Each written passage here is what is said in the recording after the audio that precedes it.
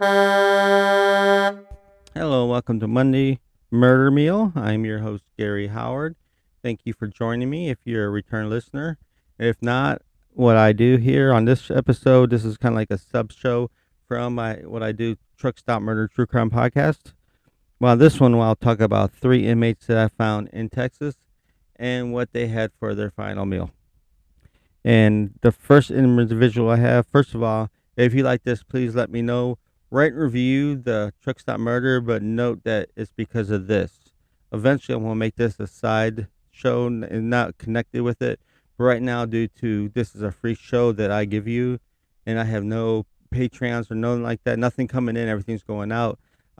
Instead of paying for, because each show you have to pay for a different hosting fee, and I can't afford that. So, I'm only doing the one right now. So if you find Monday Murder Meal, you also find Truck Stop Murder. So, but let's go with the first ask. So, John L. Wheat, convicted July 30th, 1995, murder of an infant during a shooting rampage at a Fort Worth apartment complex. The child age was 20 months, was one of the six people shot by Wheat, three fatally, as at the Les Jardin Apartments at 2901 Travis Avenue, of course, in Fort Worth, Texas. So, after we argued with the victim's mother over claims that he had sexually fondled their child's 6-year-old sister the previous day, the 6-year-old and the 8-year-old brother was also fatally shot in the head by Wheat with a .45 caliber pistol. Records indicate that the mother of the three children said in a note she had her son delivered to Wheat the day of the shooting that her 6-year-old girl claimed that he had put his hand down her shorts and that he would be reported to the police. We argued with the mother and as shot at her as she was walking upstairs to call the police. So he did not shoot her. She didn't get hit. We then chased her into the apartment and shot her 3 times as she tried to hide in the bedroom closet. We then went into her apartment and fatally shot each of her children in the rear bedroom. After shooting the children, we retrieved a carbine rifle and fired into the apartment of the complex's 33-year-old security guard, wounding him in the back and leg. A tenant also wounded by shots fired by Wheat at random. He was just shooting everywhere after that. He got his victims and he decided to just start shooting random in the apartment complex.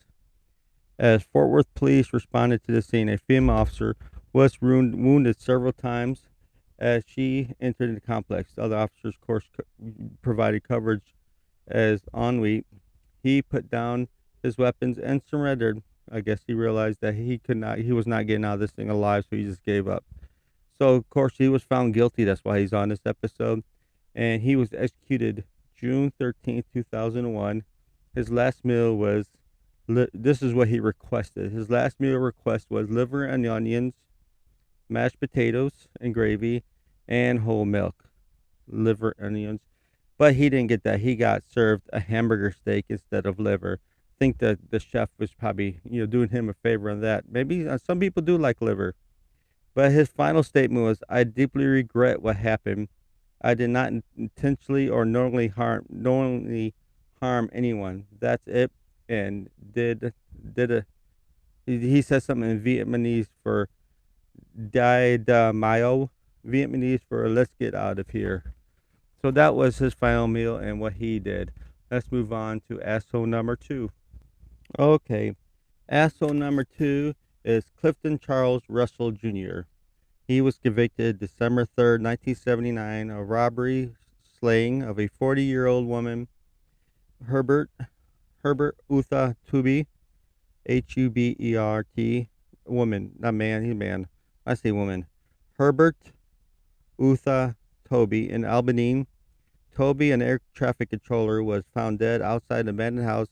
He had been stabbed repeatedly and his skull had been crushed with a rock. Russell and an accomplice, William Battee Jr., Batte, Battee Jr., stole Toby's car and drove to Hobbs, New Mexico, where they were arrested with his car. So, by the way, he was executed January 31st, 1995. TDCJ number was 658. And his last meal he requested was, he said, ask whatever's on the day's menu. Womp, womp, womp. So he had chili dogs, baked beans, corn, and peanut butter cookies.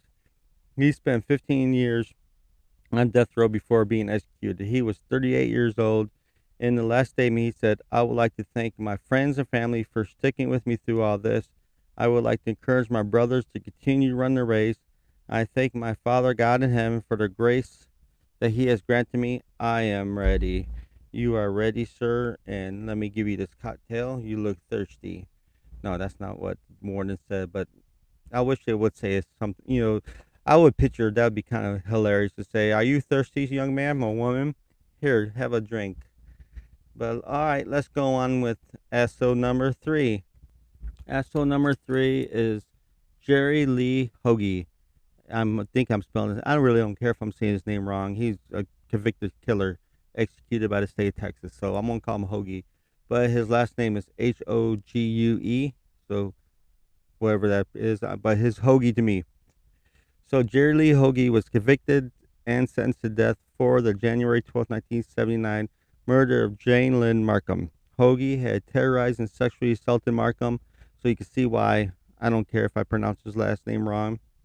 But assaulted Markham and her roommate most of the afternoon. He had bound the two women, putting the roommate in a closet and securing Markham to a bed.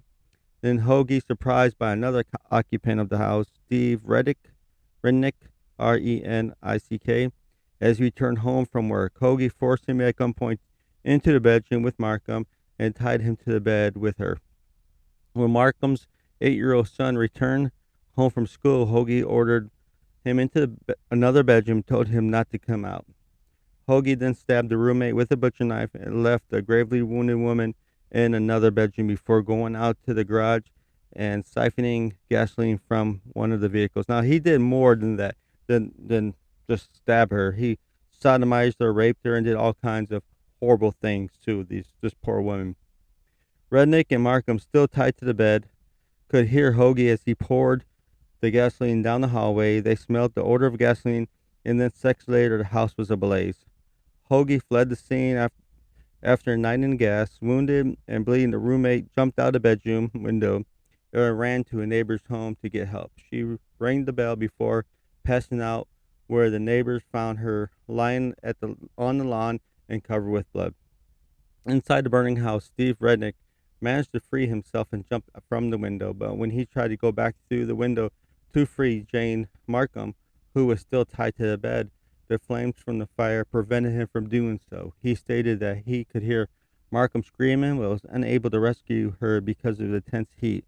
When her screams grew silent, he knew that she was gone and gave up the rescue attempts. Realizing that Markham's son was still in the burning house, Rednick ran to the bedroom window where the boy was sleeping and pulled him to safety. Jane Lynn Markham died of asphyxiation due to smoke inhalation. ASP. I don't know why I can't say that word. ASPHYXIATION. Due to smoke inhalation. Hoagie, who had a prior rape conviction in Colorado, was found guilty of capital murder and sentenced to death by lethal injection.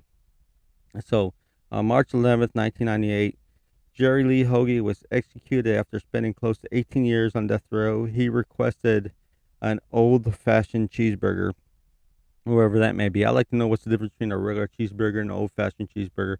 But he ordered it. French fries with ketchup, chocolate cake, and 2 cans of Coke was his last meal. But then this is while he was strapped to the death gurney, he began shouting at Jane Lynn Markham's roommate, who had come to witness his execution. The man who, this one saying, stabbed her, sodomized her, and killed her best friend.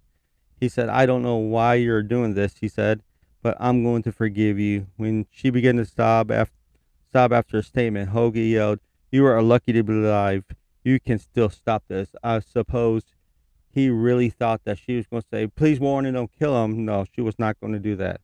So when he saw that his pleas was falling upon deaf ears, Hoagie seemed to resign himself to his immediate fate.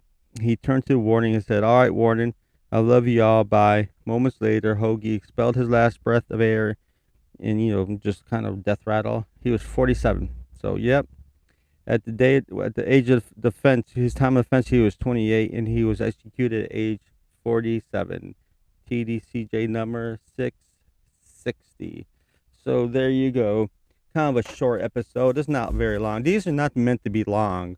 I try to keep them within under 20 minutes, with the sound effects and all that stuff. Like this one right here is running about 10:20 right now. There's three scumbags from Texas. Their final meal while they're giving away a little story about what they did and their final statement. So if you like that, please rate and review Truck Stop Murder and True Crime Podcast. If you rate and review that, it'll be also be rate and review this. But like I said, put on a note that's for that. But you should like Truck Stop Murder. I enjoy them. This next week is going to be my next full episode. I try to put them out on my resets. It's going to be a wild and crazy one. And I'm not saying that loosely because this one is. And what baffles me is not too many podcasts. There's a few, like my last one, the Murder of Laura Show, where it's such a crazy, story.